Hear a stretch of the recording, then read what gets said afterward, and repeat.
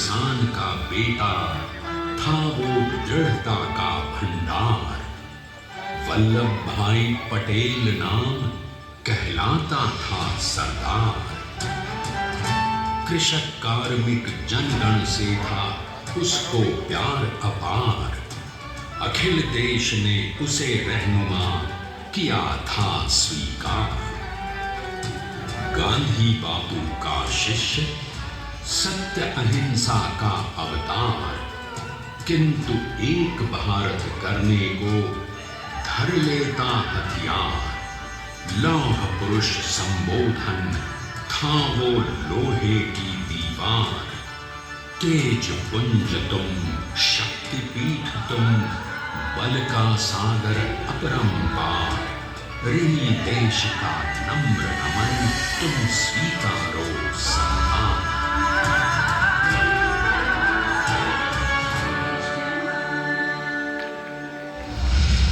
1857 में अंग्रेजों को ललकारने वाले पहले स्वतंत्रता संग्राम के एक सक्रिय सिपाही थे झवेर भाई पटेल।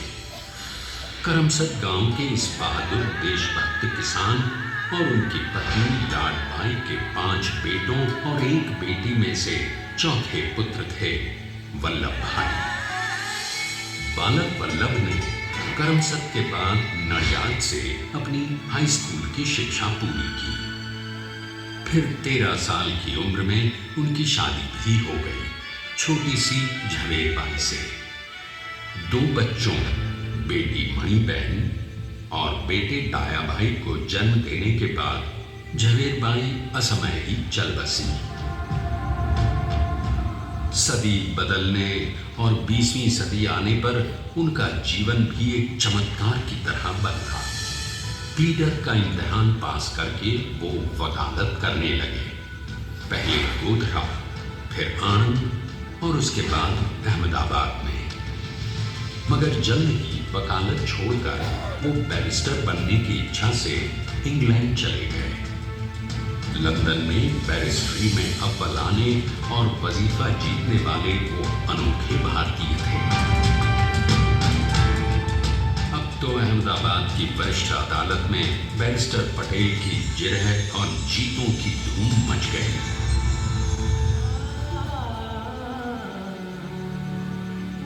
तभी एक युग पुरुष ने वल्लभ भाई के जीवन की धारा ही बदल दी।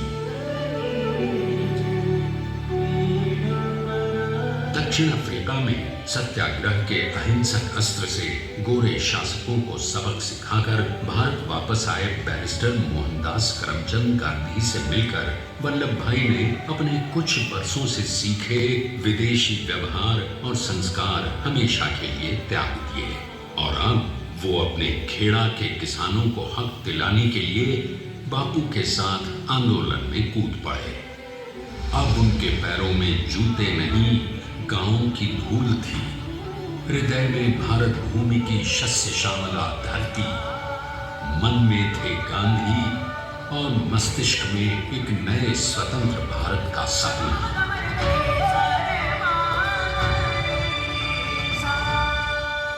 तभी बारडोली के मजबूर मजलूम किसानों की यातना का समाचार उनके पास पहुंचा। तुरंत वल्लभ भाई वहां पहुंचे और यूं शुरू हुआ भारत का सबसे बड़ा और सफल किसान आंदोलन बारडोली।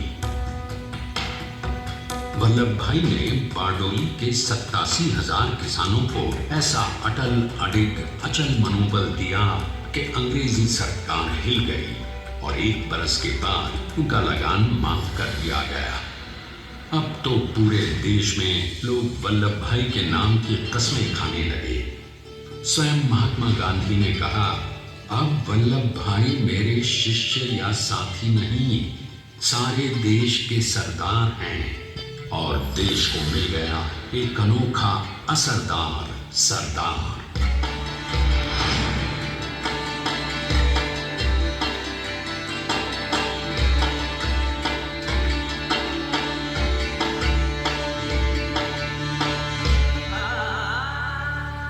सरदार पटेल के नाम और देशभक्ति से अंग्रेज डरकर कांपने लगे। 1930 के नमक सत्याग्रह और दांडी कूच में वो बापू से भी पहले गिरफ्तार किए गए। तो सन 1932 में फिर उन्हें बापू के साथ ही जेल में 2 सालों के लिए डाल दिया गया। मगर आजादी के दीवानों को, स्वतंत्रता के परवानों को कौन गिरफ्तार कर पाया है? जेल से छूटते ही सरदार को कांग्रेस के नए राष्ट्राध्यक्ष पद पर चुना गया और उनकी सरपरस्ती में राष्ट्रवादी भारतीयों ने तमाम ब्रिटिश सूबों में जीत हासिल कर वहां अपनी स्थानिक सरकारें बनाई। किंतु सरदार का सपना केवल सरकार बनाना नहीं था।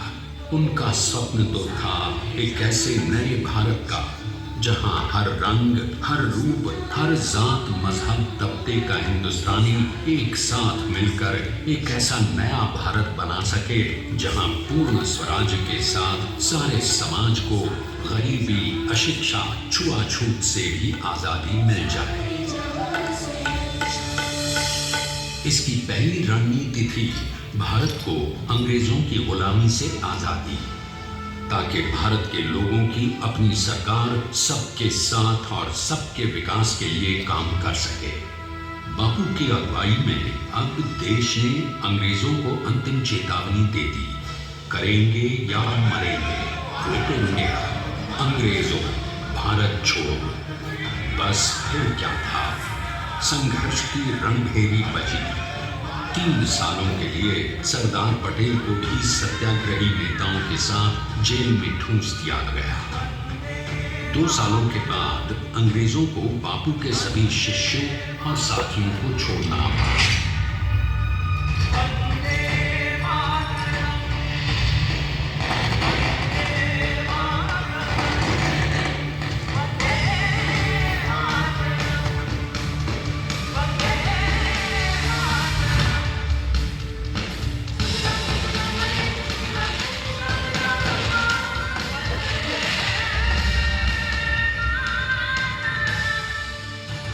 स्वतंत्रता के स्वप्न के सच होने के साथ अब सरदार पर कई एक नई जिम्मेदारियां थीं। आने वाली आजादी की तैयारी और एक नए भारत के लिए नए लोकतांत्रिक संविधान की संरचना। जैसा उनके साथी ने खुद कहा था, सरदार ने ही 6वीं हथौड़ी लेकर एक नए भारत को उकेरा है।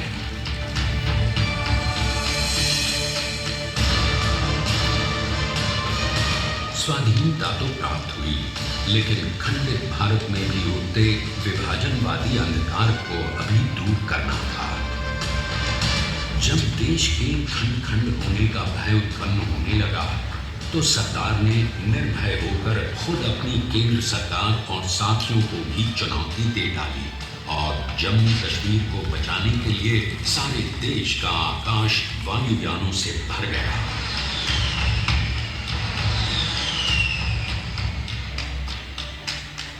फिर हैदराबाद और जूनागढ़ के भारत में विलयीकरण को पाकिस्तान से चुनौती मिली। सरदार चाहते थे कि देश की 1 इंच धरती अब और विभाजित नहीं होनी चाहिए। नए भारत को एक करने के लिए समझा बुझाकर, मना कर 565 रियासतों को सरदार ने अपनी सूझबूझ, सदाशयता, संबल से एक नए स्वतंत्र भारत का अभिन्न अंग बना लिया। हमारे इतिहास में अखंड भारत के पुरुषार्थ का ये एक महानतम अध्याय है। जैसा उन्होंने स्वयं कहा था, हमें नए धागों को पुराने ताने बाने में ऐसे पिरोना है कि एक दूसरे में गुंथ जाए और बेहतरीन बनावट वाला एक नया भारत उभर कर सामने आ सके। अंततः अपने वज्र दृढ़ संकल्प से एक नया विराट विशाल एक भारत श्रेष्ठ भारत बनाकर दिखा ही दिया सरदार ने। संसार के सबसे बड़े प्रजातंत्र के शिल्पी को प्रणाम करने के लिए देश ने बनाया है ये समर्थ स्मारक। स्वाधीन भारत को समर्थ भारत में बदलने वाले सरदार पटेल को समर्पित प्रेरणा तीर्थ भी है। प्रधानमंत्री श्री नरेंद्र मोदी के नेतृत्व में बनी विश्व की इस विशालतम प्रतिमा के सामने आकर सारी दुनिया जैसे स्वयं ही नतमस्तक हो जाती है।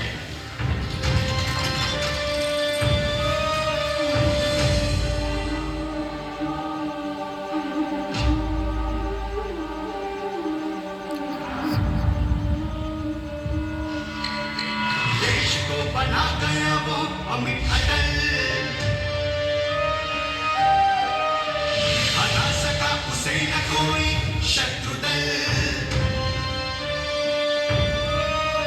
चट्टान के समान सा पुरुष प्रबल, पटेल तो स्वदेश का सम्मान है, पटेल तो स्वदेश का सम्मान है, पटेल तो स्वदेश का सम्मान है, पटेल तो स्वदेश का सम्मान है।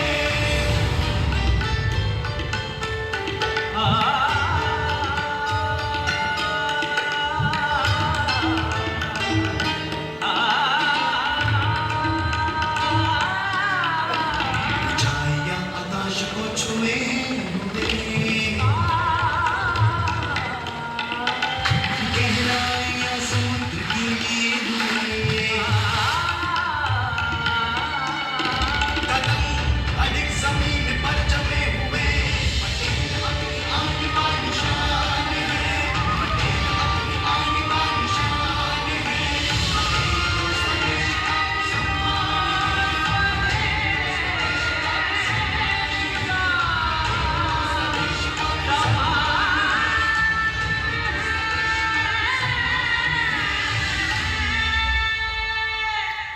आइए अब देखते हैं कि अपने लौह पुरुष को श्रद्धांजलि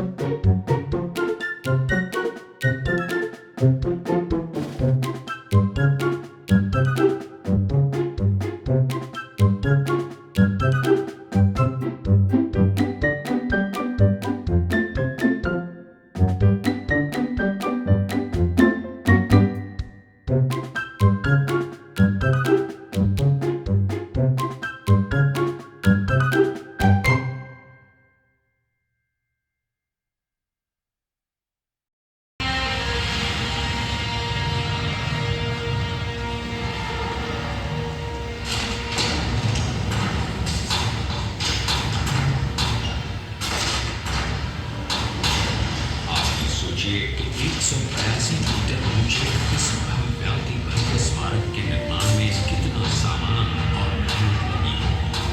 70,000 मीट्रिक टन सीमेंट, 18,500 metric ton reinforcement steel, 6,000 metric ton structural steel और 1,700 मीट्रिक टन ब्रॉन्ज।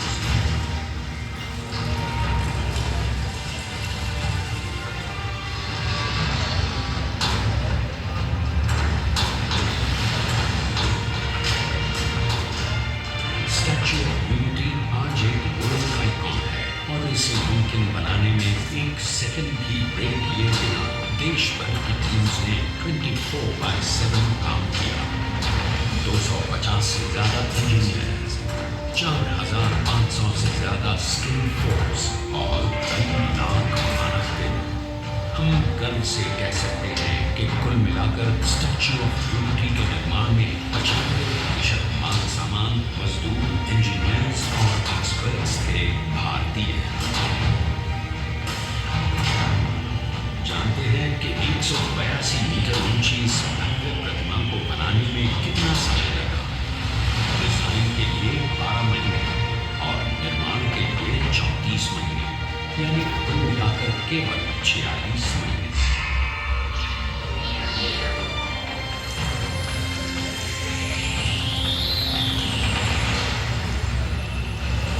और इसी तरह बनी देश के शिल्पकार की एक अनोखी अद्वितीय विशाल प्रतिमा, जो सिर्फ आज ही नहीं बल्कि आने वाले न जाने कितने सालों तक यूं ही चमचमाती रहेगी।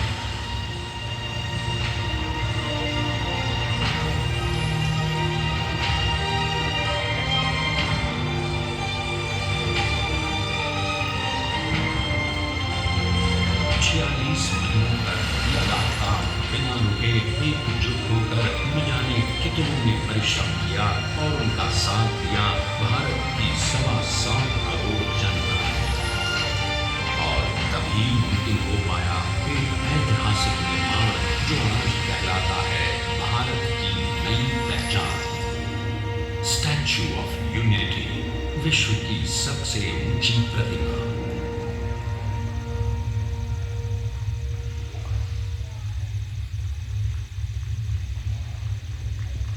सरदार ने अपनी गंभीरता, शालीनता और दूरदर्शिता से भारत को संगठित करने के असंभव कार्य को संभव कर दिखाया। आइए आज हम सब उन्हीं की महिमा में विश्व के सामने एक उदाहरण रखें, क्योंकि ये ही भारत को श्रेष्ठता के मार्ग पर ले जाएगा। हमारा कर्तव्य है, हमें निश्चय कर लेना चाहिए कि हमें हिंदुस्तान में जितने लोग सबको मिल के भाई भाई की तरह से रहना है। स्टैच्यू ऑफ यूनिटी एकता की प्रतिमा और श्रेष्ठता का प्रतिबिंब है। एक पहल है इस अखंड भारत को श्रेष्ठ भारत बनाने के सपने को पूरा करने के लिए। एक पुकार है हम सबको एकजुट होने के लिए। एक आंदोलन है भारत को सबसे आगे ले जाने के लिए, श्रेष्ठ बनाने के लिए। आपके योगदान और विश्वास से ही बनेगा एक भारत, श्रेष्ठ भारत। एकता का स्मारक, एकता का संदेश है कि भाषा अनेक, भाव एक, राज्य अनेक, राष्ट्र एक, पंथ अनेक, लक्ष्य एक, बोली अनेक, स्वर एक, रंग अनेक, तिरंगा एक, समाज अनेक, भारत एक, रिवाज अनेक, संस्कार एक, योजना अनेक, मकसद एक, कार्य अनेक, संकल्प एक, राह अनेक, मंजिल एक, पहनावा अनेक, सीमा एक, चेहरे अनेक, मुस्कान एक। ये एकता का संदेश लेकर के हम चले। और भाइयों बहनों, ये भारत की विशेषता है, विविधता में एकता। यही भारत की विशेषता है।